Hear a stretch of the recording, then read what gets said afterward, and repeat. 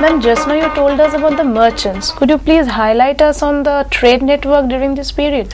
Yeah, absolutely. So you're very right, because when we're talking about merchants, and naturally the question of trade comes in.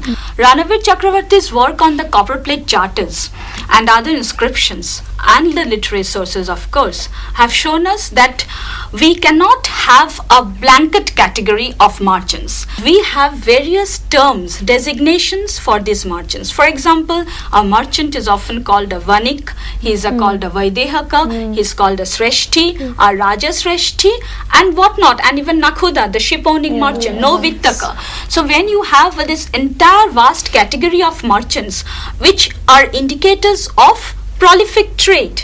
Without trade, you cannot have so many type of merchants. And again, you have merchants dealing on single item. For example, we have Nemoka Vanija, that is a merchant who is working on trading on salt.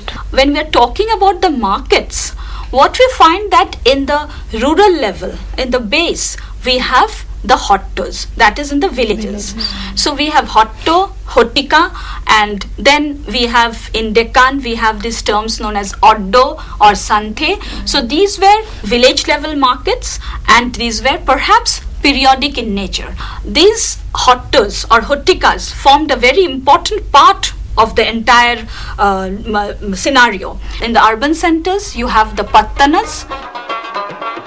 Between the urban and the rural market centers, there was a middle category market center. It acted as a linkage between the rural and the urban centers. These were also of three different categories. Ranavir Chakravarti has discussed these market centers. One is the Mondopika, which is known in the North India. The second is Penta, which we find in the Deccan region, and the third, that is in the far south, we have the Nagaram. The word Mandi, which we normally use today, actually it goes back to Mondopika, which meant a covered hall where you could sell your items. The products that were being brought in were mainly agrarian products, but we had references to spices, we have references to animal trading also, and some very exotic items.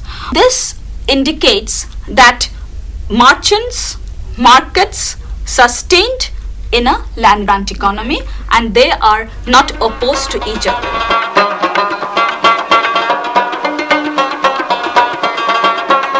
And ma'am, what about the long distance trade? First, just think of the map of India. What we find is that we have two coastlines. One is the western seaboard, other is the eastern seaboard. So the linkage, the maritime linkage, was from both the sides. The western seaboard was generally linked with West Asia. The eastern seaboard was generally linked with Southeast Asia. During this period, two important sea routes were very active. They were the route along the Persian Gulf and that through the Red Sea. When the Gujarat coast or the Konkan coast is active, it shows that the Persian Gulf lane is active. But when we find that the Malabar coast is in prominence, it is the Red Sea lane that is in prominence. And apart from this, we have the coastal voyages also, coastal trade network. We have Quilon, a very important port in the Malabar coast, which was actively trading with Ghoga, a port in the Konkan coast.